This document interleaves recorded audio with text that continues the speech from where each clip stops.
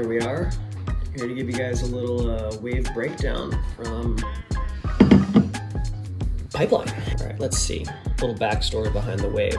I paddled out in the afternoon. I kind of knew the swell might pick up a little bit, and it wasn't too crowded, but there weren't really that many good waves at First Reef, and there was, like I said, the swell was picking up, so it hadn't started to break out at Second Reef quite yet, but I did see a couple of waves kind of feather and looked like you could get them out there, and it was pretty crowded, starting to get crowded on the inside, so we're at First Reef, and there was no one out the back, so I just decided this might be my time to try to go get one of those.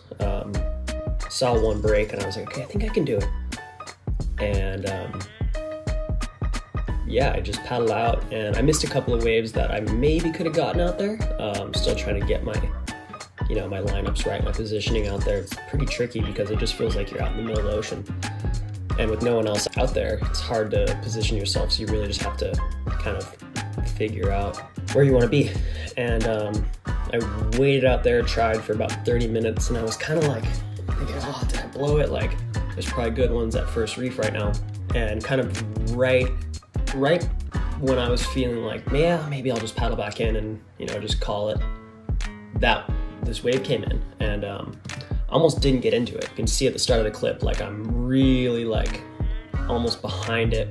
And when I took off, I was like, oh, this is just a closeout. Like, I've waited so long that I have to just try to connect it and see what happens. And as I took off, I was like looking, and it was really stretched out and just looked like it was going to be just a straight up closeout all the way through gums.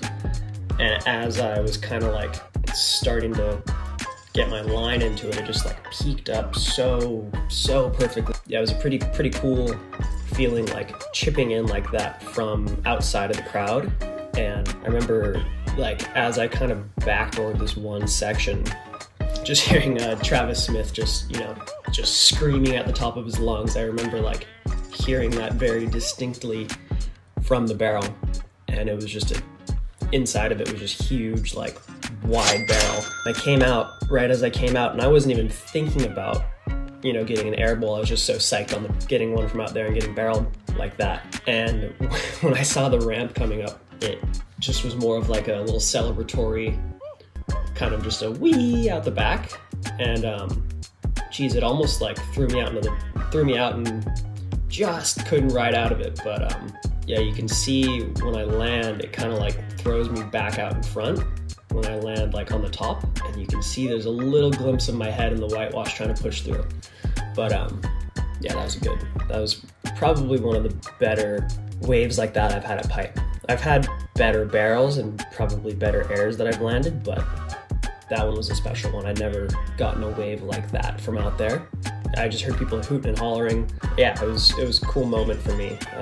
Yeah, and then when I got a couple more waves after that, but I was really just like kind of done after that wave. That was probably the best wave I could have got that day. When I got out of the water, like the lifeguards who were on duty were like, oh, I heard you got like your wave, like your best wave. And I was like, yeah, that was probably the best one I've had. And they're like, yeah, that was a legit one. So felt good to hear that from, North Shore lifeguards who see pretty crazy stuff all day, see stuff all winter. So that is the story of a pretty memorable ride for me at Pipe.